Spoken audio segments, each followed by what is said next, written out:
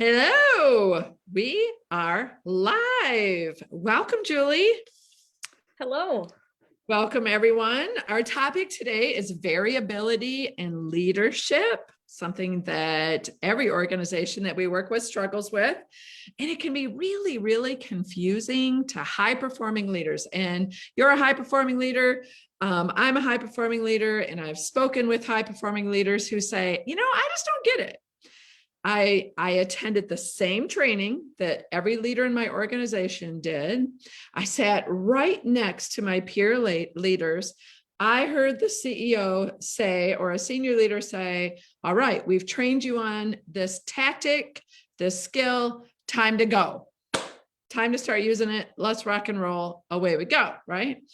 And we all go back to the office. We all get sucked into the whirlwind, but I'm a high-performing leader, so I just start. But I notice other leaders around me haven't just started. And it's like, I heard the expectation. Why isn't this happening for everybody else? Why am I the only one doing it? You start to feel like this big fat loser, right?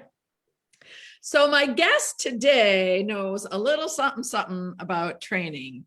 Julie Coneset, for years, lots of years, 23 years with Sue and I. And then after Sue and I left the organization where we led together, she carried on as the employee relations manager. She also works for Capstone Leadership as our human resources expert. And now she's gone on, left the hospital world. How many months ago? Has it been a year? No, in October. In October, it'll be a year where now she's doing organizational development and working to train educators. Woo, no small task there. No pressure. Train the trainer, right?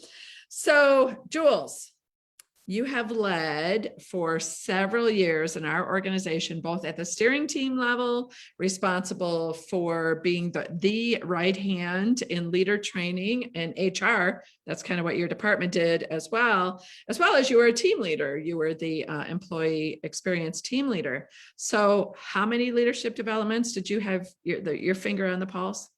60. 60. See, that freaks me out.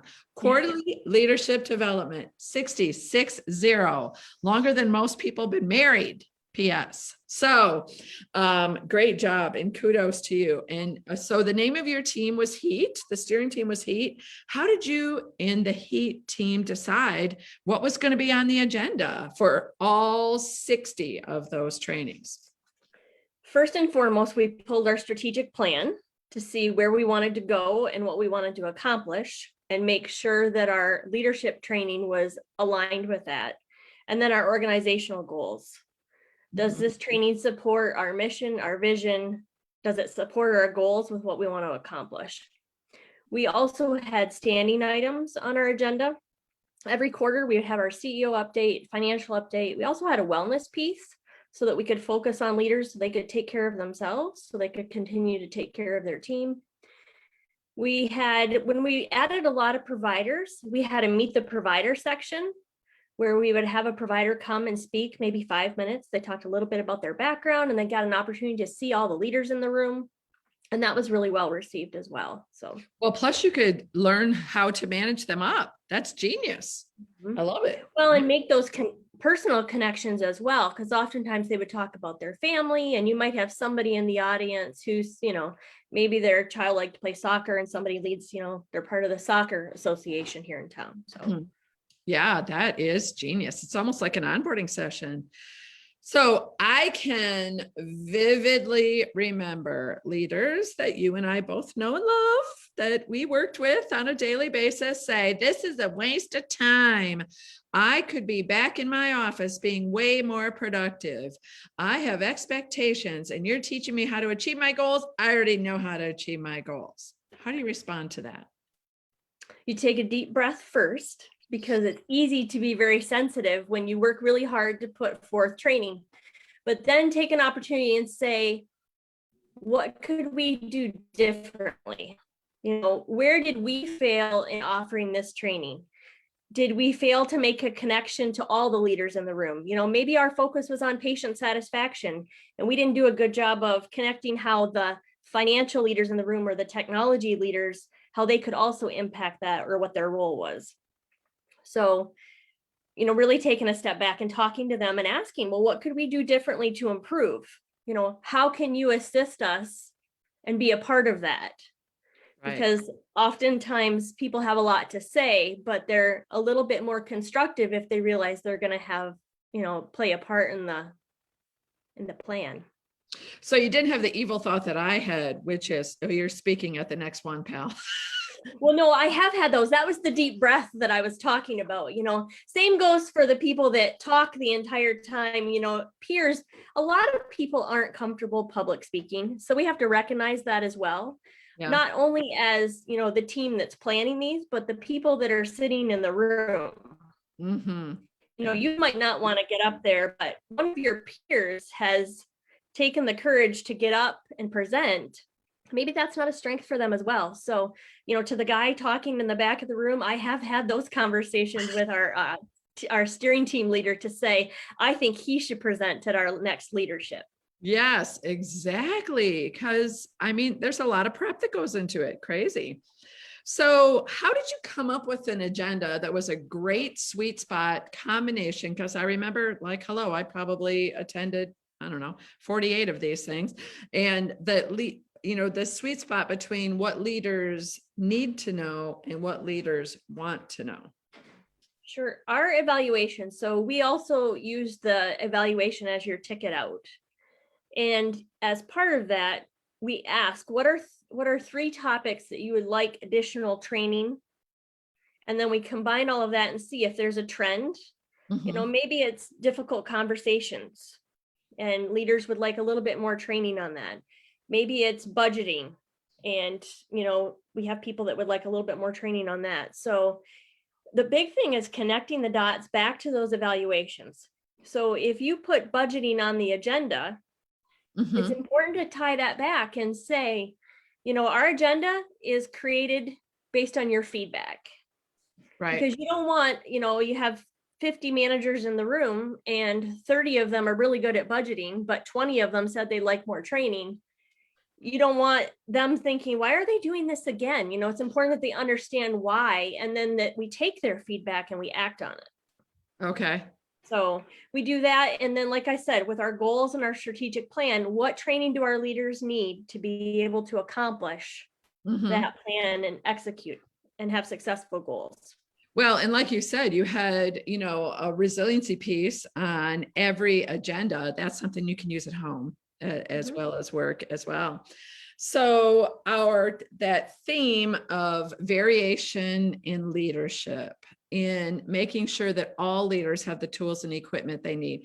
And, our audience has heard Sue and I talk about adoption of change, how to diffuse change out to those red hot areas that haven't picked up what anybody's laying down yet. But, Sue and I have this argument back and forth all the time. She thinks laggards need love too. So Sue's not here, so we're going to say that laggards don't need love too. But late adopters, right? Somebody who didn't adopt right away. And, what we train our champions and our leaders on is, hey, every time you stand in front of an audience, you have actually 3 audiences. Mm-hmm. You have those people who don't have any clue what you're talking about because they just arrived on the scene. And unfortunately, there's still about a 25%, especially post-pandemic, 25% turnover in leadership in all of our organizations. And so you've got this people who have no clue what you're talking about. You have people who heard it once, but didn't start. And now they're beginning to think, wow, that was a colossal problem for me because my senior leader keeps asking me about it. Or you have people that not only started, but now they've perfected this skill and it's muscle memory for them and they feel really good about it. Like, how do you deal with all that variability? So you engage the people who jumped on board mm-hmm. and executed. Yep. And you give them an opportunity to study and adjust and to share, what worked well. For the new people in the room who haven't even started, or even the late adopters who have heard it once but haven't started, they could learn a lot based on what worked well and what maybe didn't work so well. And again, connecting back to the why it's important, because sometimes people need to see that. They need to understand why am I doing this? It's not just another fad. This is something that we're doing, and this is why, and this is the result. Mm-hmm. So people we always are connecting the dots. Right. And I think engaging those people who were early adopters, having conversations with the people who haven't yet, who have sat back, and we've said that many times throughout the years. I can't tell you how many of our leadership trainings were based on maybe rounding. Right. Because it was uncomfortable or awkward at first, and they just were like, yeah, I'm not going to do that yet. So my staff hates it when I round on them. Yeah. So it's just that awkward, but really engaging those people and understanding the why. But the people who aren't adopting, I do believe that they need love, but maybe they need the kind of love where it's a private conversation to say, Jane, what's holding you back? What tools and equipment can I give you to put this into place? And also outline your expectations. Yeah. Oh gosh. Yeah, for sure. And then also following up with those new leaders in the room. One of the things that we always did at the beginning of our leadership training was had people who it was their first leadership training stand. Right. And be announced. Yeah. So that we could recognize them and recognize that, it's really new. And they might be overwhelmed by the end of that leadership day. Right. They look at their roadmap and they're like, I'm supposed to do all of this, but I don't know how. Right. And who can help me in the room? Yeah. Right. And so that's important too. On our agendas, we always linked the topic with the people, kind of those champions, so that they knew who to reach out to get a little bit more information or training. Fabulous. Well, thank you so much. You're welcome. Thank you. It's always a pleasure to have Julie join us. She is our go-to girl for almost everything. More and more every day, as all high performers are.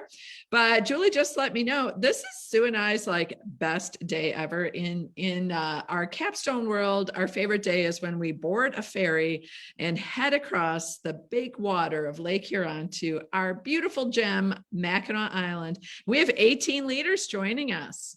Ooh. So our C-suite retreat on Mackinac is sold out this year. The title is Good to Great to Even Greater. And we're re-offering it again in Scottsdale in October. But more importantly, we are going live and face-to-face with nursing bundle boot camps. Our summit is being offered one more time in September in Duluth, Minnesota. So our coaches are all participating in these events. Julie's going to be participating in our socialization and relationship building tomorrow on Mackinac Island. Stinker got out of presenting. But anyway, have a great day, and we'll be doing some lives from Mackinac Island. Watch for those. Thanks, Jules. You're welcome. Bye.